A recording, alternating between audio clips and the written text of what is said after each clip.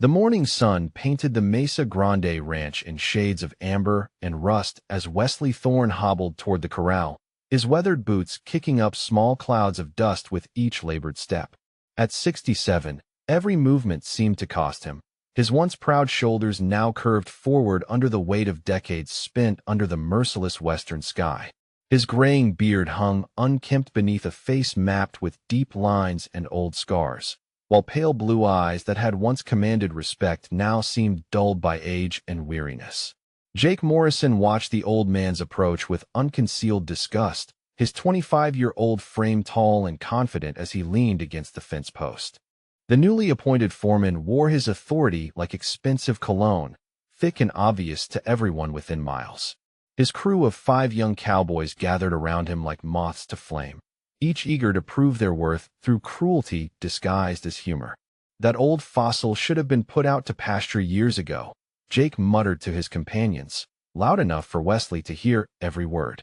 Look at him shuffle along like death warmed over. Probably takes him an hour just to saddle his horse. The other cowboys erupted in laughter, slapping their thighs and pointing at Wesley's slow progress.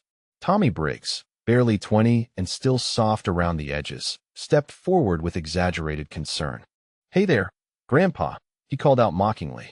"You sure you can handle ranch work today, or should we fetch you a rocking chair?" Wesley said nothing, continuing his methodical approach to the holding pen where a dozen horses stood waiting for the day's work. His hands, gnarled and scarred from countless encounters with rope and leather, moved with practiced economy as he selected his gear from the weathered pile near the gate. The young men's laughter followed him like vultures circling wounded prey. From the ranch house porch, 17-year-old Sarah Caldwell watched the scene unfold with growing anger.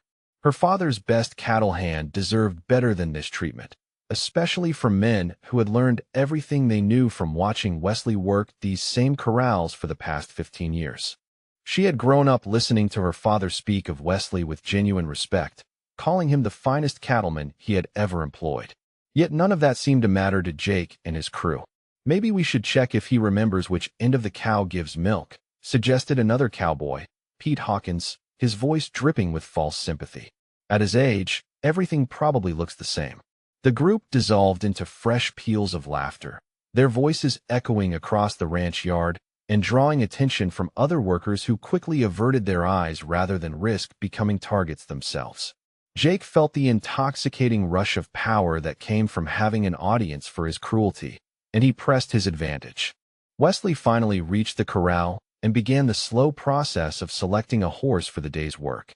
His movements were deliberate rather than quick, each action carefully considered rather than flashy.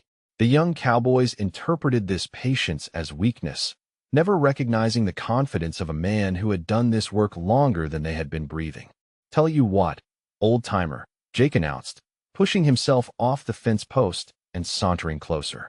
"Why don't you just head on back to the bunkhouse and rest those tired bones? Real men have cattle to move today, and we can't afford to wait around for someone who belongs in a museum."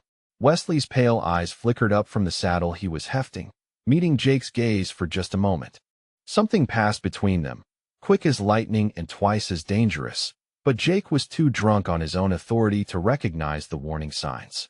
The old man simply nodded once and returned to his work, saying nothing in response to the provocation. Sarah could stand no more. She marched down from the porch, her boots clicking sharply against the wooden steps as she approached the group of tormentors. Her dark hair whipped behind her in the morning breeze, and her green eyes flashed with the righteous anger of youth defending justice. "Jake Morrison," she called out, her voice carrying the authority of the ranch owner's daughter. "That man has forgotten more about cattle than you'll ever learn. Show some respect." Jake turned toward her with a lazy smile that never reached his eyes, his attention shifting from one target to another with the casual cruelty of a predator. "Well now, Miss Sarah," he drawled, removing his hat in a mockery of politeness. "Didn't realize you had such a soft spot for broken-down old cowhands.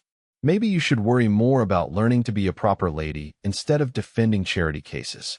The insult hung in the air like smoke from a gunshot, heavy and acrid.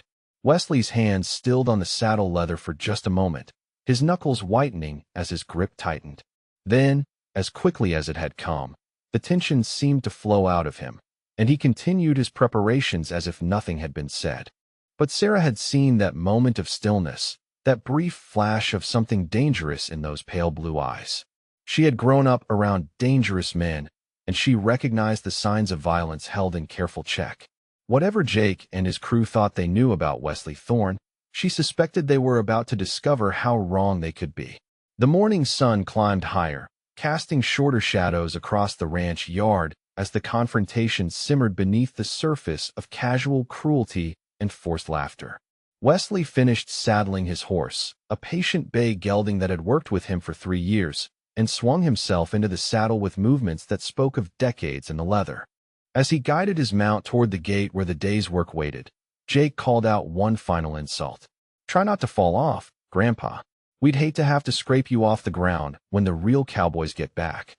Wesley Thorne said nothing, but those who knew how to read such things might have noticed the way his shoulders straightened slightly in the saddle, or how his weathered hands rested with deceptive casualness near the rope coiled at his side. The old cowboy rode toward another day's work, carrying with him secrets that Jake Morrison and his crew could never imagine. Secrets that would soon transform their cruel game into something far more dangerous than any of them were prepared to handle. 3 hours into the morning's work, Wesley discovered that someone had cut the rope he used to secure the gate to the north pasture. The cattle he had spent 40 minutes carefully herding into position scattered like leaves in a windstorm when the gate swung wide, undoing his patient work in mere seconds. He sat his horse quietly, watching 24 head of prime beef disappear into the scrub brush and rocky draws beyond the pasture fence.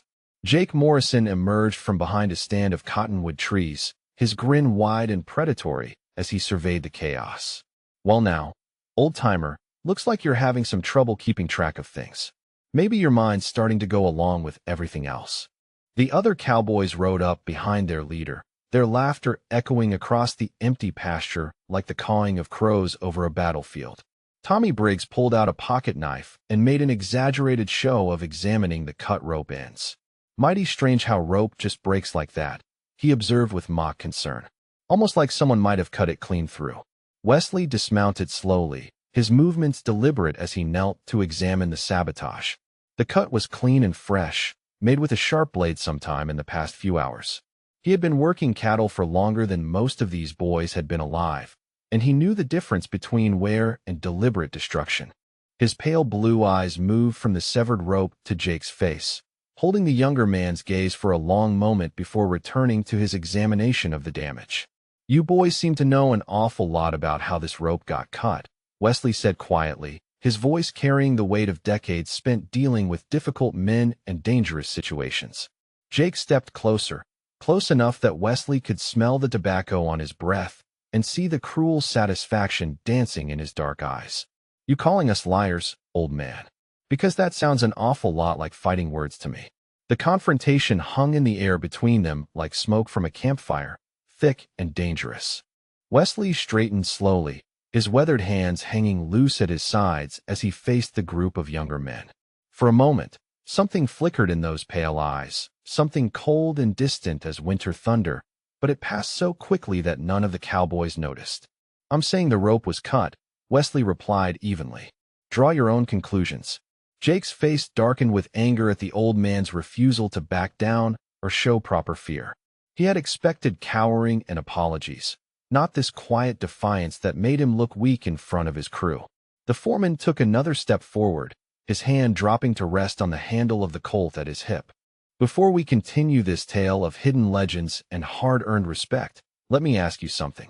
If you're enjoying this story of an old cowboy who's about to surprise some young troublemakers, hit that like button down below. And if you're not subscribed yet, make sure to join us because these stories of the frontier keep getting better. Comment what country you're listening from because I love seeing how these tales travel around the world. Now, stay with me until the end because what happens next will absolutely shock you. The noon sun beat down on the mesa as the tension between the men continued to build. Wesley turned away from the confrontation, walking slowly toward his horse with the patience of a man who had learned to pick his battles carefully. But Jake Morrison was drunk on power and the admiration of his followers, and he saw the old man's restraint as weakness rather than wisdom. "Hey, Fossil," Jake called out, his voice loud enough to carry across the pasture. "I'm talking to you. Don't you turn your back on me when I'm speaking." Wesley paused, but did not turn around, his shoulders remaining straight as he reached for his horse's reins. The gesture was somehow more insulting than any words could have been, a dismissal that cut deeper than any insult. Jake felt his face burning with embarrassment and rage as his crew watched to see how he would respond to such disrespect. That's when Pete Hawkins made the discovery that would change everything. While digging through Wesley's saddlebags looking for something else to mock, he pulled out a worn leather journal bound with rawhide cord. The cover was stained dark with age and weather, and carved deep into the leather were the initials WD, surrounded by elaborate scrollwork that spoke of long winter nights and careful craftsmanship. Well, Pete announced, holding the journal high for everyone to see. "Looks like Grandpa keeps a diary. Probably writes about all his aches and pains." Jake snatched the journal from Pete's hands, his eyes lighting up with malicious glee as he examined the treasure trove of potential humiliation. The leather was soft with age and handling, and the pages inside were filled with Wesley's careful handwriting documenting decades of cattle drives, trail routes, and experiences that spanned half the American West. "Listen to this nonsense," Jake announced, opening the journal to a random page. "Drove 3,000 head up the Chisholm Trail in 1878. Lost 2 men to stampede near the Canadian River, but delivered the herd intact to Dodge City. Made the drive in 62 days despite trouble with Comanche war parties." The Cowboys erupted in laughter at what they assumed were the fantasy writings of a lonely old man trying to make his mundane life seem more exciting. Jake flipped through more pages, reading aloud entries about trail drives to Kansas, confrontations with rustlers, and winters spent in places that sounded like legend rather than reality. "Oh, this is rich," Jake continued, his voice dripping with sarcasm. "Says here he was trail boss for the Double Diamond outfit out of San Antonio. Claims he brought more cattle north than any other outfit in Texas. What a load of horse manure." Wesley had turned around during the reading, and now he stood watching the desecration of his personal history with an expression that was impossible to read. His hands hung at his sides, relaxed and still, but something about his posture had changed. The slouch was gone from his shoulders, and his pale blue eyes had taken on the color of winter ice. "Son," Wesley said quietly, his voice carrying across the distance between them with surprising clarity, "you'd best leave that be." Jake looked up from the journal, his face flushed with the excitement of his discovery and the power he felt over his victim. "Or what, old man? You going to tell us more fairy tales about your glory days? Nobody believes this garbage except maybe the mice in the bunkhouse." But 60-year-old Charlie Moss, who had been working ranches since before Jake was born, felt something cold settle in his stomach as he listened to the details being read from Wesley's journal. Those weren't the fantasies of a lonely old man. They were too specific, too accurate, too real. Charlie had heard stories around campfires for 40 years, tales told by men who had ridden the great trails north out of Texas in the days when moving cattle was the most dangerous work a man could find. Charlie cleared his throat nervously, his weathered face creased with worry as he looked from the journal to Wesley's still form and back again. "Jake," he said quietly, "maybe you ought to give that back to him." Jake whirled around to face the older cowboy, his eyes blazing with anger at this challenge to his authority. "You too, Charlie. Getting soft in your old age, worrying about some broken-down has-been who probably never set foot outside this county." But Charlie Moss had been around long enough to recognize the signs of something dangerous brewing, and he knew the difference between respect and fear. He also knew that some names carried weight in certain circles, and the initials W.T. carved into that journal were starting to ring bells in the back of his memory. "Those initials," Charlie said slowly, his voice barely above a whisper. "W.T. I heard stories once about a trail boss named Wesley Thorne who ran cattle for the Double Diamond. They said he brought more beef north than any man alive, and that he never lost a herd to rustlers or Indians." The laughter died in Jake's throat as he saw the expression on Charlie's face. This wasn't mockery or jest. This was something else entirely, something that made the hair on the back of his neck stand up. He looked down at the journal in his hands, then back at the old man standing so quietly near his horse. "Wesley Thorne," Charlie continued, his voice growing stronger as memory served him. They called him the Red River Boss because he could get cattle across that river when nobody else could. Said he buried more than 20 men who tried to take what wasn't theirs. But that was 30 years ago, maybe more. The silence stretched between the men like a taut rope, heavy with possibilities that none of them had considered moments before. Wesley had not moved, but something about him seemed different now, as if the reading of his journal had awakened something that had been sleeping for a very long time. Jake Morrison looked down at the leather journal in his hands and felt the first tiny seed of doubt begin to sprout in his mind. But he was too proud and too committed to his course of action to back down now, especially in front of his crew. Instead, he forced another laugh and tossed the journal carelessly into the dirt.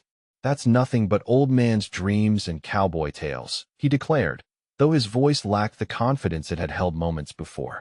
"Probably copied those stories out of some dime novel." Wesley walked slowly toward where his journal lay in the dust, his movements still deliberate, but somehow different now. There was a fluidity to his gait that hadn't been there before, as if 30 years of careful concealment were beginning to fall away like dust from an old coat. He bent and picked up the journal, brushing the dirt from its cover with gentle reverence. When he straightened and looked at Jake Morrison, the young foreman felt something cold and primitive crawl up his spine. Those pale blue eyes were no longer dulled with age and weariness. They were sharp as winter starlight, and they held depths that spoke of experiences Jake could never imagine. But even then, drunk on power and surrounded by his followers, Jake Morrison could not bring himself to believe that the shuffling old cowboy could be anything more than what he appeared. The possibility was too remote, too fantastic to accept. So he chose instead to double down on his cruelty, never realizing that he was about to push a sleeping legend past the point of no return. That evening, the weekly poker game in the main barn had drawn its usual crowd of ranch hands and drifters looking to lose their weekly wages to cards and whiskey. Jake Morrison sat at the head table like a king holding court, his earlier confrontation with Wesley having grown more heroic with each retelling throughout the afternoon. The story had evolved from a simple discovery of an old journal to a dramatic showdown, where Jake had single-handedly put the crazy old coot in his place. Wesley sat alone at a smaller table in the corner, nursing a cup of black coffee and watching the game with the patient attention of a man who had learned to read people like scripture. His journal lay beside him on the rough wooden surface, its leather cover still bearing traces of dust from when Jake had thrown it to the ground. The old cowboy seemed content to observe rather than participate, his pale blue eyes moving from face to face with the careful assessment of someone who had spent decades judging character in dangerous situations. Jake caught sight of Wesley's solitary vigil and felt another surge of the intoxicating power that had driven him throughout the day. Here was an opportunity to complete the humiliation he had started, to cement his authority in front of the entire crew and any witnesses who might carry tales back to other ranches. He pushed back from his chair and stood up, swaying slightly from the whiskey that had been flowing freely since sundown. "Hey boys," Jake announced loud enough for everyone in the barn to hear, "look what we got here. Old diary writer thinks he's too good to play cards with real cowboys. Maybe we ought to invite him over and see if he can back up all those tall tales he's been writing." The suggestion was met with eager agreement from Jake's crew, who had spent the afternoon embellishing their own roles in the day's events. Tommy Briggs jumped up from his seat, nearly spilling his drink in his enthusiasm to be part of whatever entertainment Jake had planned. "Come on, Grandpa," Tommy called out, gesturing wildly toward the main table. "Time to show us how the legendary trail bosses played cards back in the old days. Maybe you can tell us more stories about all those cattle drives that exist only in your imagination." Wesley looked up from his coffee, his weathered face showing no emotion as he met the eyes of the young cowboys who surrounded his table like wolves circling wounded prey. For a moment, the barn fell silent except for the sound of wind rattling the wooden walls and the distant lowing of cattle settling in for the night. "I prefer to watch," Wesley said quietly, his voice carrying clearly through the suddenly hushed space. Jake Morrison felt his face flush red with anger and embarrassment. The old man's calm refusal to be intimidated was making him look weak in front of his followers, and he could not allow that to stand. He strode across the barn floor, his boots echoing loudly on the wooden planks, and slammed his hand down on Wesley's table hard enough to make the coffee cup jump. "That wasn't a request, old man," Jake snarled, his face inches from Wesley's. "You're going to play cards with us, and you're going to do it now. Unless you're too yellow to risk losing what little money you got." The confrontation had drawn the attention of every man in the barn, creating an audience for whatever was about to unfold. Charlie Moss felt his stomach tighten with apprehension as he watched the scene develop. Something about the old cowboy's stillness reminded him of the calm before a lightning strike, and he found himself wishing he was anywhere else in the world. That was when Sarah Caldwell appeared in the barn doorway, her silhouette framed against the evening sky as she searched the smoky interior for signs of trouble. She had heard the raised voices from the ranch house and had come to investigate, knowing from experience that Jake Morrison's idea of entertainment often involved cruelty disguised as fun. "Mr. Thorne," Sarah called out, stepping into the barn despite the impropriety of a young woman entering a space filled with drinking cowboys. "My father wants to see you about tomorrow's cattle count." Jake whirled around to face her, his anger finding a new target as he saw his authority being challenged yet again by the ranch owner's daughter. "Well now, Miss Sarah," he drawled, his voice thick with whiskey and malice.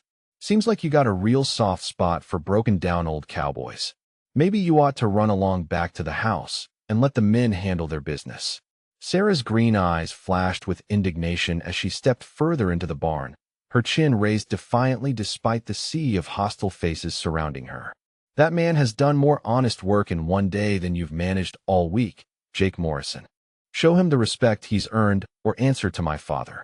Jake's patience, already frayed by alcohol and wounded pride, snapped completely at this public challenge to his authority. He reached out and grabbed Sarah's wrist, his fingers closing around her slender arm with enough force to make her gasp in pain and surprise. "Little girl needs to learn her place," Jake said loudly, tightening his grip as Sarah tried to pull away. "Maybe it's time someone taught you some manners about interfering in men's business." The change in Wesley Thorne was instantaneous and dramatic. The slouched posture vanished as his shoulders straightened and squared, adding inches to his apparent height. The weathered hands that had seemed gnarled with age became steady and sure as steel cables. Most striking of all, those pale blue eyes went cold as winter ice, taking on a depth and intensity that made several of the watching cowboys take an involuntary step backward. "Let her go," Wesley said, and his voice had changed completely. Gone was the quiet, deferential tone of the aging cowboy. In its place was something that cut through the barn like a blade through silk, carrying an authority that made every man present stop breathing. Jake felt the change in atmosphere, but was too drunk and too committed to his course of action to recognize the danger he was courting. Instead, he tightened his grip on Sarah's wrist and laughed, though the sound came out strained and nervous. "Or what, old-timer?" Jake challenged, though something in Wesley's transformed presence was making his voice waver despite his best efforts. "You going to tell me more stories from your precious diary?" Charlie Moss had been watching the confrontation with growing unease, and now the pieces of a decades-old puzzle were finally clicking into place in his memory. Those initials in the journal, the stories about the double diamond outfit, the name Wesley Thorne that had been nagging at the back of his mind all afternoon. His face went pale as the full realization hit him like a physical blow. "Holy Mother of God," Charlie whispered, his voice barely audible but somehow carrying through the tense silence. "W.T. Wesley Thorne. You're the Red River Trail boss." The name hung in the air like smoke from a gunshot, heavy with implications that most of the men present could not fully comprehend. But Charlie Moss knew exactly what it meant, and his face had gone white as fresh snow. He had heard the stories around 100 campfires, tales told in hushed voices by men who claimed to have seen the legendary trail boss in action. "Wesley Thorne," Charlie continued, his voice growing stronger as memory served him with crystal clarity. "They say you brought more cattle north than any man alive. They say you buried 27 men along the Chisholm Trail, all of them trying to take what wasn't theirs. They say you could read sign like scripture and track a man across bare rock." Jake Morrison felt something cold and primitive crawl up his spine as he listened to Charlie's recitation, but he was too proud and too drunk to release his grip on Sarah's wrist. Instead, He forced another laugh and shook his head in exaggerated disbelief. "You old fools believe any fairy tale you hear around a campfire," Jake declared, though his voice lacked the confidence it had held moments before. "This broken down has been probably never left this county, much less drove cattle to Kansas." But Wesley Thorne was no longer the shuffling old cowboy who had endured their mockery throughout the day. He stood now with the quiet confidence of a man who had faced death more times than he could count and had always walked away. His pale blue eyes never left Jake's face as he spoke, and his voice carried the weight of absolute certainty. "Drove my first herd north in 1868, Wesley said quietly, each word falling like a hammer blow in the silent barn. 3,000 head of longhorns from San Antonio to Abilene. Lost 4 men to Comanche raiders near the Brazos, but I brought the cattle through. Made that drive every year for 30 seasons, and I never lost a herd to rustlers or weather or anything else that tried to take them." The silence that followed was deafening, broken only by the sound of Sarah's quiet sobbing as Jake's grip continued to bruise her wrist. Several of the younger cowboys were looking around nervously, finally beginning to understand that they might have awakened something far more dangerous than they had bargained for. Charlie Moss stepped forward, his hat in his hands and his voice filled with the respect due to living legend. "Mr. Thorne," he said formally, "I rode with Johnny Harrison back in '79 when he was bringing cattle up from Brownsville. He told me about you, about how you could get a herd across any river and how you never backed down from trouble. He said you were the finest trail boss that ever lived." Wesley's expression softened slightly as he looked at Charlie, recognizing in the older cowboy a man who understood the weight of history and the price that had been paid for the stories he treasured. "Johnny was a good man," Wesley replied, his voice carrying the sadness of someone who had outlived most of his contemporaries. "He brought his herds through when a lot of other men would have turned back. I was proud to share the trail with him." The admission was like a physical blow to Jake Morrison's remaining confidence. If Charlie Moss, who had ridden with some of the most respected cattlemen in Texas, was showing this kind of deference to the old cowboy, then maybe those stories weren't as impossible as they had seemed. But Jake was too far committed to his course of action to back down now, especially with Sarah's frightened whimpering reminding him that he still held the upper hand. "I don't care if you're Jesse James himself," Jake snarled, his grip on Sarah's wrist tightening until she cried out in pain. "You're still just one old man, and I got 6 good men backing my play." Wesley Thorne looked at the young woman's face, saw the tears streaming down her cheeks and the fear in her green eyes, and something inside him that had been dormant for 30 years began to stir like a sleeping bear awakening from winter hibernation. The last vestiges of the peaceful retirement he had tried to build began to crumble away, revealing the hard steel underneath. "Son," Wesley said, and now his voice carried the cold promise of winter thunder, "you just made the biggest mistake of your short life." The silence in the barn stretched taut as a bowstring as Wesley Thorne's words settled over the assembled cowboys like the promise of a coming storm. Jake Morrison felt something primal and dangerous stirring in the depths of those pale blue eyes, but his pride and the whiskey burning in his veins kept him from recognizing the warning signs that wiser men would have heeded. Instead of releasing Sarah's wrist, Jake tightened his grip until she whimpered in pain, her delicate bones grinding together under the pressure of his calloused fingers. The sound of her distress cut through Wesley like a blade, awakening protective instincts that had lain dormant since his retirement from the violent world of cattle drives and frontier justice. "You hear that, boys?" Jake announced to his crew, his voice pitched loud enough to carry throughout the barn. "The old fossil thinks he's somebody special. Thinks he can threaten Jake Morrison and get away with it."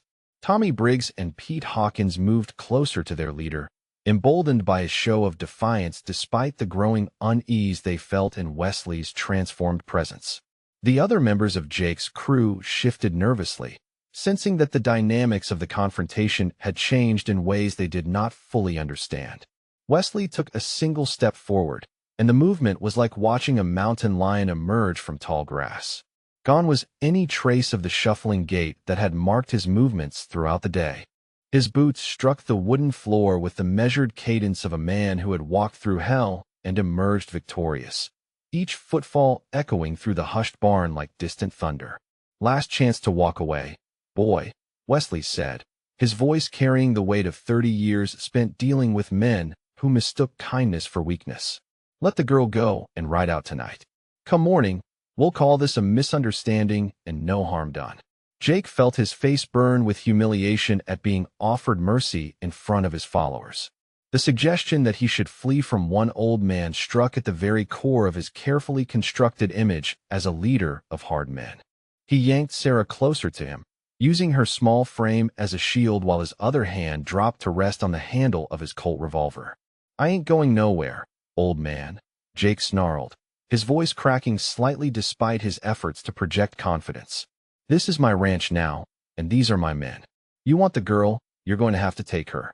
Wesley's pale blue eyes moved slowly around the barn, cataloging the positions of Jake's crew with the tactical awareness of someone who had survived countless confrontations with desperate men.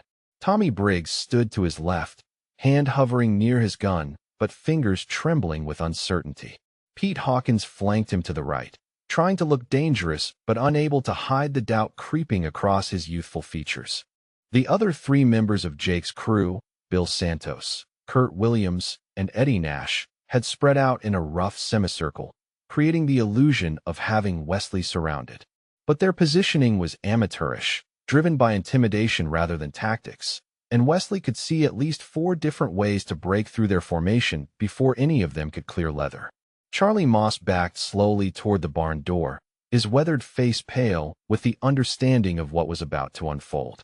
He had heard enough stories around enough campfires to know that men like Wesley Thorne did not make idle threats, and he wanted no part of the violence that was about to explode through the peaceful barn. Wesley reached up slowly and removed his worn hat, setting it carefully on the table beside his forgotten coffee cup. The gesture was somehow final, like a man preparing for church or a funeral. When he straightened and looked directly at Jake Morrison, the young foreman felt something cold and primitive slither up his spine. "My name is Wesley Thorne," the old cowboy said, his voice carrying clearly through the silent barn. "For 30 years, I ran cattle from Texas to Kansas for the Double Diamond outfit out of San Antonio. I brought more than 200,000 head of longhorn cattle north on the Chisholm Trail, the Western Trail, and the Goodnight Loving Trail." The litany of credentials fell like hammer blows in the hushed space, each detail adding weight to a legend that was transforming before their eyes from myth into terrifying reality. Wesley's posture continued to straighten as he spoke, years of careful concealment falling away like dust from an old coat. "I trained Johnny Harrison, Bat Masterson, and Wild Bill Hickok in the art of reading trail sign and managing cattle drives," Wesley continued, his voice taking on the authority of someone recounting indisputable historical fact. "I negotiated safe passage with Quanah Parker of the Comanche, with Sitting Bull of the Lakota, and with every war chief between the Rio Grande and the Canadian River." Jake Morrison felt his mouth go dry as the scope of what he was facing began to sink in. These were not the fantasies of a lonely old man. They were the credentials of a living legend, spoken with the quiet confidence of someone who had nothing to prove and nothing to lose. 27 men tried to take cattle that belonged to me or the men I worked for," Wesley said, his pale blue eyes never leaving Jake's face.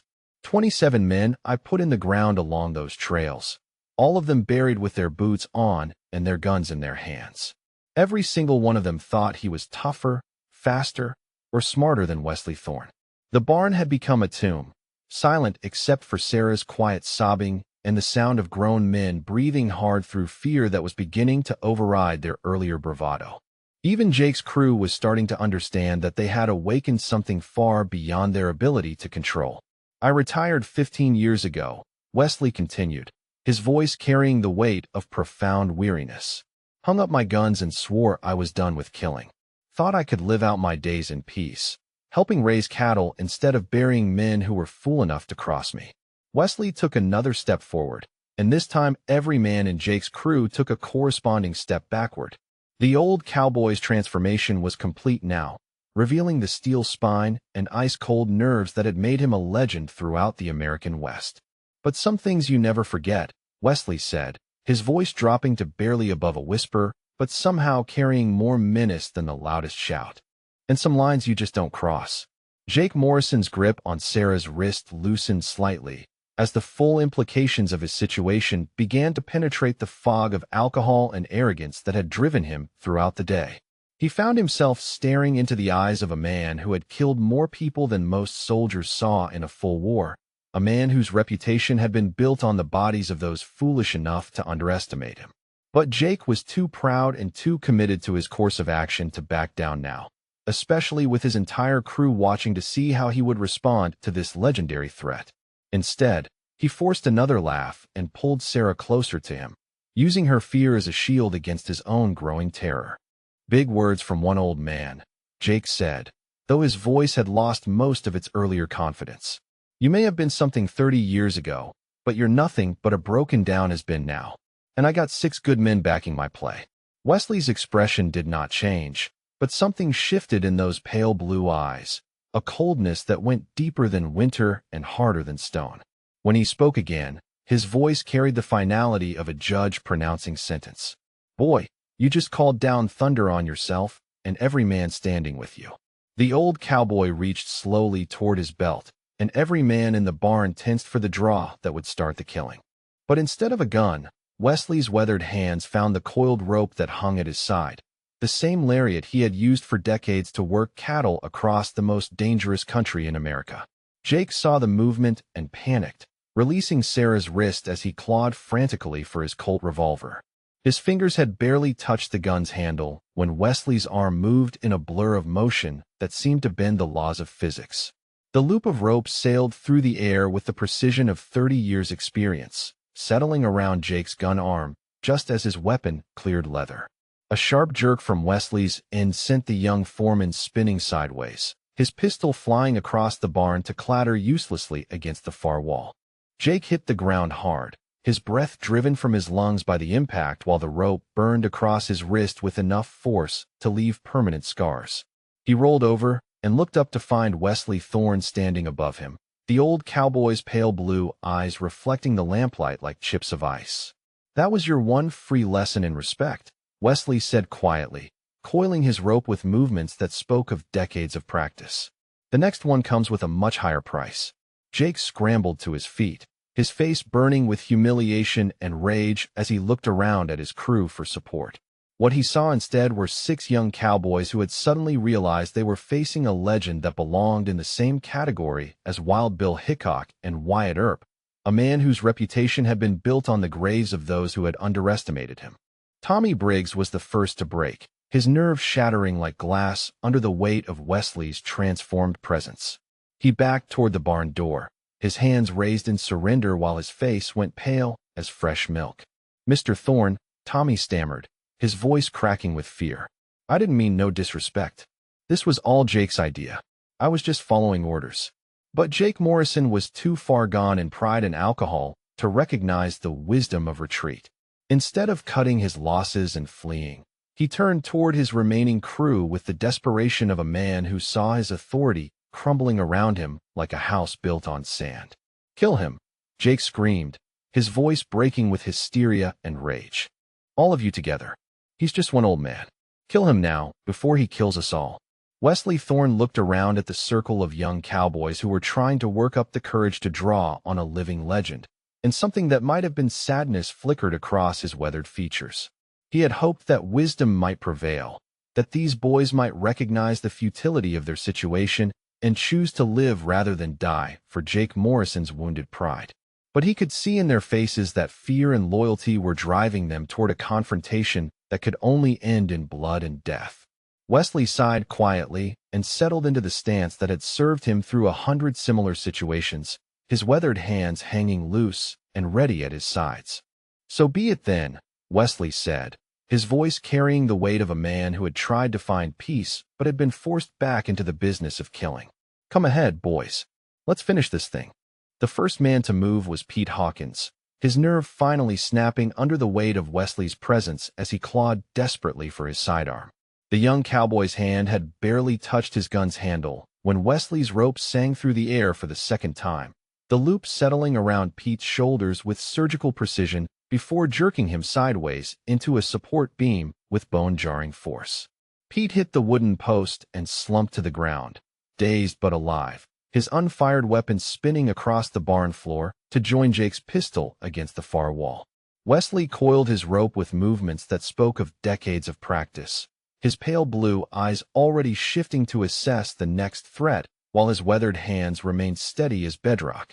Bill Santos tried to circle around to Wesley's left flank, drawing his Colt as he moved with the clumsy tactics of someone who had never faced real opposition. Wesley pivoted smoothly on his heel, 30 years of experience reading the young cowboy's intentions before Bill even realized what he was planning. The old trail boss lunged forward with surprising speed, his left hand clamping down on Bill's gun arm, while his right drove a devastating punch into the younger man's solar plexus. Bill Santos folded like a house of cards, his breath driven from his lungs by the precisely placed blow. Wesley twisted the cowboy's wrist until his fingers opened involuntarily, allowing the gun to drop harmlessly into Wesley's waiting palm. With practiced efficiency, he ejected the cylinder and scattered the bullets across the barn floor before tossing the empty weapon aside. Kurt Williams and Eddie Nash tried to coordinate their attack, moving in from opposite sides with the desperate synchronization of men who knew their only chance lay in overwhelming their opponent through sheer numbers. Wesley had faced this exact scenario more times than he could count, usually against men with far more experience and considerably better tactics than these frightened young cowboys. Instead of retreating or trying to find cover, Wesley moved directly toward the threat, his sudden advance disrupting their timing and forcing them to adjust their positions at the worst possible moment. He reached Kurt Williams first, ducking under the younger man's hasty shot and driving his shoulder into Kurt's midsection with enough force to lift him off his feet. Kurt crashed into a stack of feed sacks, his gun flying from his grasp as he fought to draw breath into his stunned lungs. Wesley was already turning toward Eddie Nash, whose second shot went wild as panic destroyed his aim.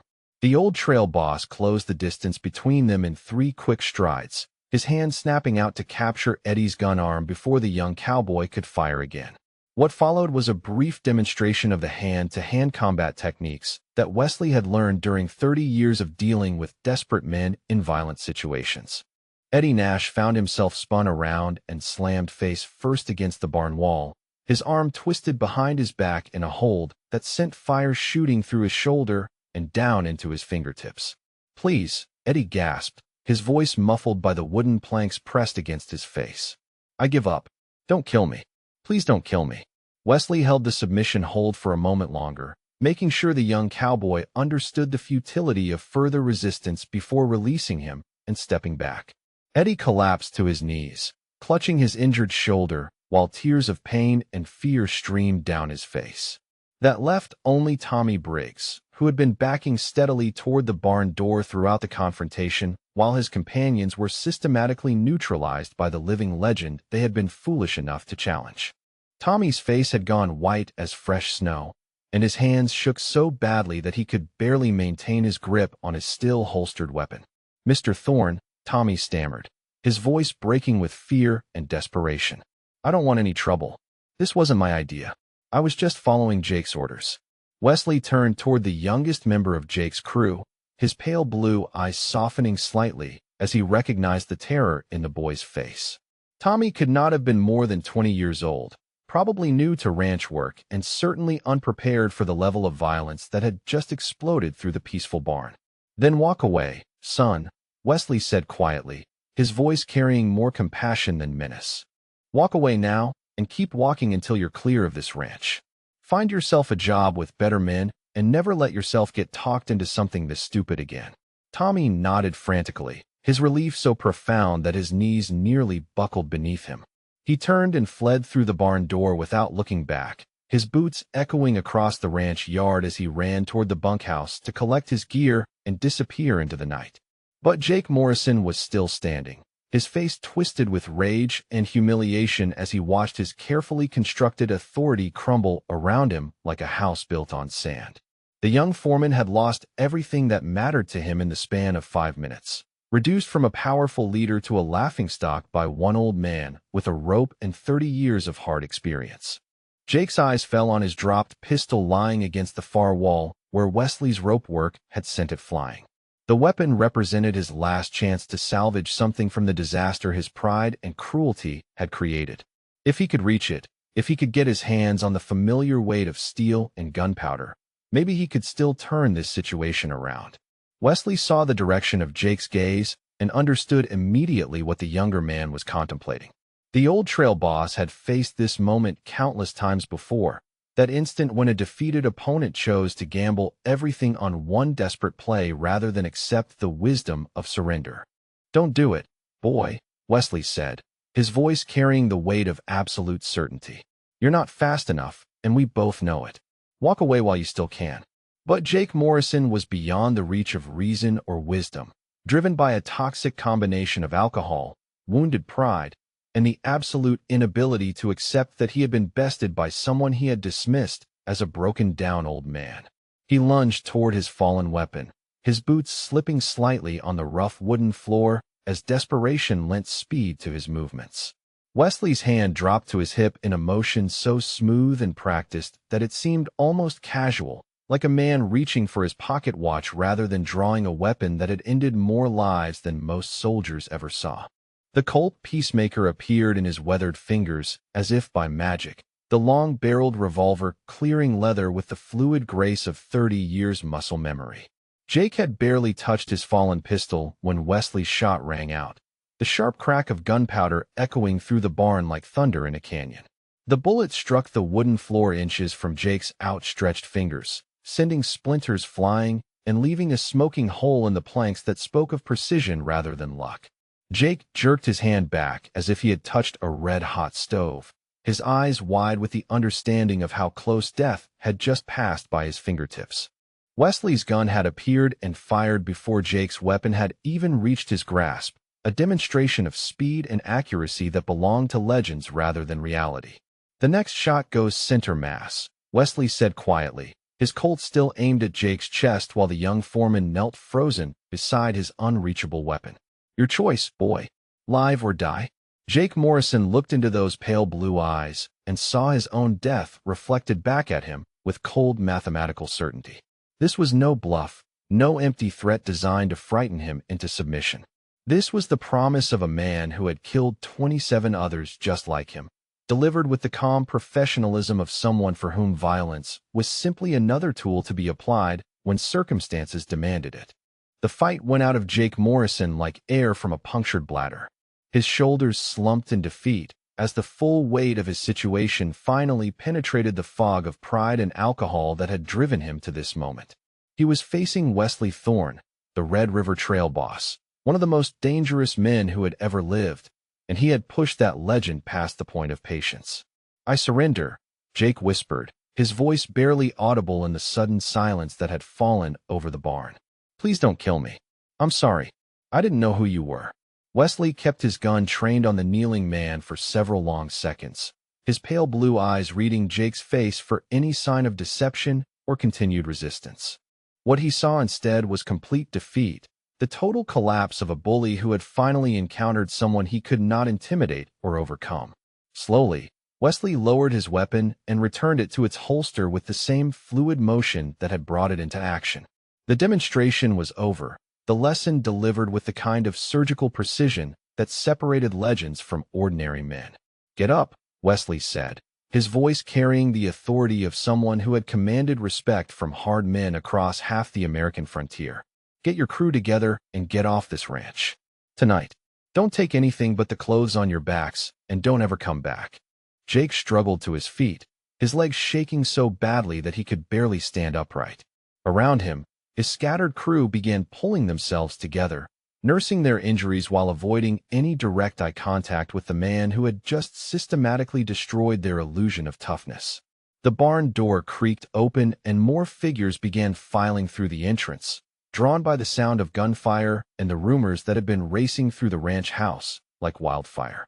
Charlie Moss entered first, followed by 3 other veteran ranch hands who had recognized the name Wesley Thorne and understood exactly what it meant. Behind them came Sarah Caldwell, her green eyes wide with amazement as she looked from the scattered weapons to the defeated young cowboys to the calm figure of Wesley Thorne standing in the center of the barn like a statue carved from granite and determination. Mr. Thorne, Charlie said quietly, his voice filled with the respectful awe due to a living legend. Is everyone all right? Wesley nodded once, his weathered face showing no emotion as he surveyed the aftermath of the brief but decisive confrontation. No one was seriously hurt, though Jake's crew would carry the memory of this night for the rest of their lives. They were just leaving, Wesley said, his pale blue eyes fixed on Jake Morrison's pale face. Weren't you, boy? Jake nodded frantically, eager to escape before the legendary trail boss changed his mind about letting him live. He gathered his scattered crew with hurried whispers and gestures, herding them toward the door like a man driving cattle away from a prairie fire. Within minutes, the barn had emptied of everyone except Wesley, Sarah, Charlie, and the 3 veteran ranch hands who stood watching the old cowboy with expressions of profound respect. The legend they had heard about in whispered stories around 100 campfires had just proven himself to be everything the tales claimed and more. Wesley walked slowly toward the table where his hat waited beside his cooling coffee, his movements once again showing the careful deliberation of a man who had learned to conserve his energy for when it truly mattered. He settled the worn hat on his graying head and looked around at the faces surrounding him. Miss Sarah, Wesley said quietly, his voice once again carrying the gentle courtesy that had marked his interactions before Jake's crew had pushed him past the point of tolerance. Are you hurt? Sarah shook her head, tears of relief and gratitude streaming down her face as she realized how close she had come to serious harm. The bruises on her wrist would heal, but the memory of being rescued by a living legend would stay with her for the rest of her life. Thank you, she whispered, her voice thick with emotion. Thank you for protecting me. Wesley touched the brim of his hat in acknowledgement, the gesture carrying all the old-world courtesy that had marked the best men of his generation. Then he turned toward the barn door and the night that waited beyond, ready to return to the quiet life he had tried to build after hanging up his guns 15 years ago. The legend had spoken, justice had been served, and the Red River Trail boss faded back into the shadows of history, leaving behind only the memories of those who had witnessed something truly remarkable in a simple ranch barn on a night when the past had briefly returned to settle old scores with the present. Dawn broke over Mesa Grande Ranch like a benediction, painting the eastern sky in shades of rose and gold, while the events of the previous night settled into memory like dust after a summer storm. Wesley Thorne sat on the porch of the bunkhouse, nursing a cup of black coffee and watching the sun climb above the distant mountains with the patient attention of a man who had learned to find peace in simple moments. The ranch yard was quieter than usual, Jake Morrison and his crew having disappeared into the night like smoke before wind, taking with them only the clothes on their backs and the hard-earned knowledge of what happened when cruelty met its match. Word had spread quickly through the neighboring ranches about the confrontation in the barn, and by mid-morning, 3 different outfits had sent riders to offer Wesley work if he ever decided to leave Mesa Grande. Sarah Caldwell emerged from the main house carrying a pitcher of fresh water and clean bandages, her green eyes still showing traces of the previous night's trauma, but her spirit unbroken by the ordeal. She approached Wesley with the careful respect due to someone who had risked everything to protect her, settling beside him on the rough wooden steps with the easy familiarity of shared experience. How's the wrist? Wesley asked quietly, nodding toward the purple bruises that marked where Jake's fingers had gripped her arm. It'll heal, Sarah replied, flexing her fingers to demonstrate that no permanent damage had been done. The marks will fade, but I'll never forget what you did for me last night. Nobody has ever stood up for me like that before. Wesley sipped his coffee and gazed out across the ranch yard where the daily work of managing cattle continued under Charlie Moss's experienced supervision.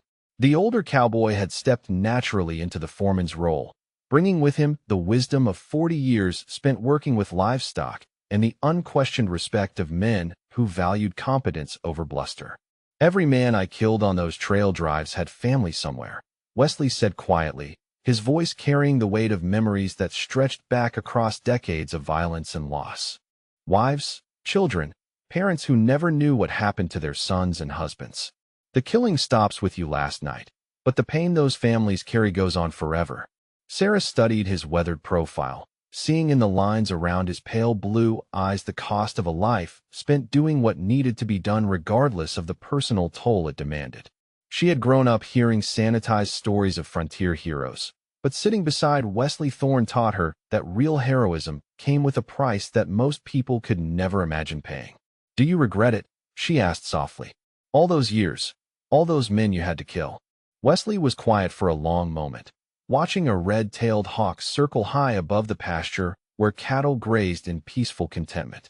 When he finally spoke, his voice carried the hard-earned wisdom of someone who had looked into the face of necessary violence and emerged with his humanity intact. "I regret that it was necessary," he said finally, "but I never regret protecting innocent folks from those who would hurt them. Some lines you don't cross, and some things you don't let stand. What Jake was doing to you last night crossed every line that matters." The sound of approaching hoofbeats drew their attention to the ranch road where Thomas Caldwell was riding hard from the direction of town, his face grim with the news he carried. Sarah's father dismounted quickly and strode toward the porch, his expression mixing relief at seeing his daughter unharmed with barely contained anger at what had nearly happened in his absence. "Sarah," Thomas said, gathering his daughter into a fierce embrace that spoke of a father's worst fears realized and then mercifully dispelled. "Are you hurt? Charlie told me what happened, but I had to see for myself that you were all right." "I'm fine, Papa," Sarah assured him, returning the embrace while shooting a grateful look toward Wesley. Mr. Thorne made sure of that. Thomas Caldwell turned toward the weathered cowboy who had saved his daughter's honor and quite possibly her life, his face showing the kind of gratitude that went deeper than words could express. He had hired Wesley Thorne 15 years ago as a simple ranch hand, never suspecting that he was employing one of the most legendary figures in the history of the American frontier. "Wesley," Thomas said formally, extending his hand toward the man who had proven himself worth more than an entire crew of younger cowboys. "I owe you a debt that can never be repaid. Name your price, anything you want, and it's yours." Wesley stood and accepted the handshake, his grip firm despite his age while his pale blue eyes met Thomas's gaze with quiet dignity. The ranch owner saw in those eyes the reflection of a man who had spent his life earning respect rather than demanding it, someone for whom honor was more valuable than gold or land or any material compensation. "I don't want payment for doing what's right," Wesley said quietly, "but I would appreciate it if you'd let me stay on here and continue working your cattle. This place has been good to me, and I'd like to finish out my days where I've been happy." Thomas Caldwell felt his throat tighten with emotion as he realized what the legendary trail boss was asking for. Not money, not glory, not recognition for the incredible service he had performed. Just the simple right to continue living peacefully on land where he had found contentment after decades of violence and loss. "Wesley," Thomas said, his voice thick with feeling, "this ranch is your home for as long as you want it. And if you're willing, I'd be honored to have you serve as my foreman. Charlie's a good man, but he'd be the first to tell you that he's learned more about cattle in one night listening to your stories than he picked up in 20 years of ranch work." The months that followed brought a transformation to Mesa Grande Ranch that went far beyond the simple replacement of one foreman with another. Under Wesley's patient guidance, the remaining cowboys learned techniques for managing cattle that had been passed down through generations of experienced trail hands, knowledge that turned routine ranch work into something approaching artistry. Young riders from neighboring outfits began making excuses to visit Mesa Grande, hoping for the chance to learn from the legendary Wesley Thorne while he was still willing to share the hard-earned wisdom of a lifetime spent working livestock. Wesley took on these informal students with the same careful attention he gave to everything else, understanding that knowledge died with the men who possessed it unless it was passed along to the next generation. Sarah Caldwell proved to be one of his most eager pupils, spending hours learning to read cattle behavior and weather patterns with the intensity of someone who understood she was receiving education that could not be found in any book. Wesley taught her to see beyond the surface chaos of a cattle drive to the underlying patterns that determined success or failure, lessons that would serve her well when she eventually inherited the ranch. 2 years after the confrontation in the barn, Thomas Caldwell commissioned a local craftsman to create a wooden sign that would stand at the entrance to Mesa Grande Ranch. Carved deep into seasoned oak and painted with letters that would last for generations, the sign read simply, Mesa Grande Ranch, founded 1858, protected by Wesley Thorne, the Red River Trail boss.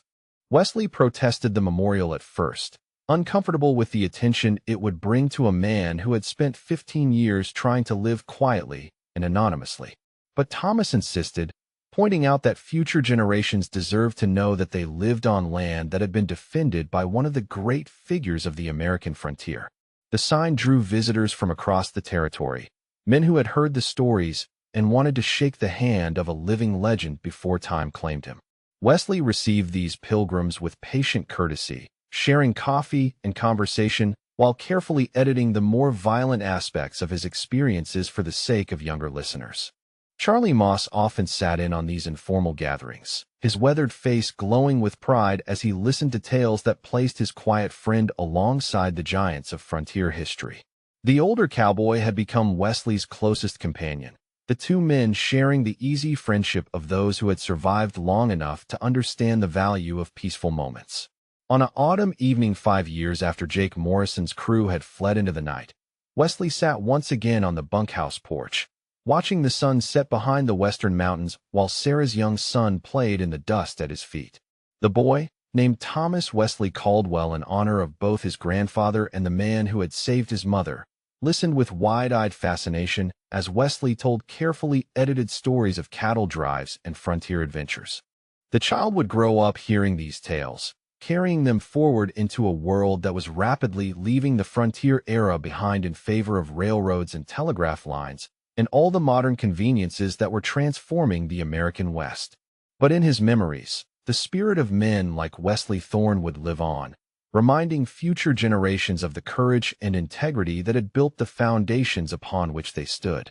Wesley Thorne had found his peace at last, not in the violent resolution of past conflicts, but in the quiet satisfaction of work well done and knowledge passed along to those who would carry it forward. The Red River Trail boss had become a teacher and protector, his legendary skills now devoted to nurturing rather than destroying. The trail that had begun in the blood and dust of 19th-century cattle drives had ended in the gentle twilight of a man who had earned the right to rest in the company of those who loved and respected him. The legend lived on, but the man had finally found his way home. If you enjoyed this tale of hidden legends and hard-earned respect, please like this video and subscribe to our channel for more stories from the American frontier. We bring you tales of courage, justice, and the extraordinary men and women who shaped our history every week. Until next time, may your trails lead to honor and your campfires burn bright with the memories of those who came before.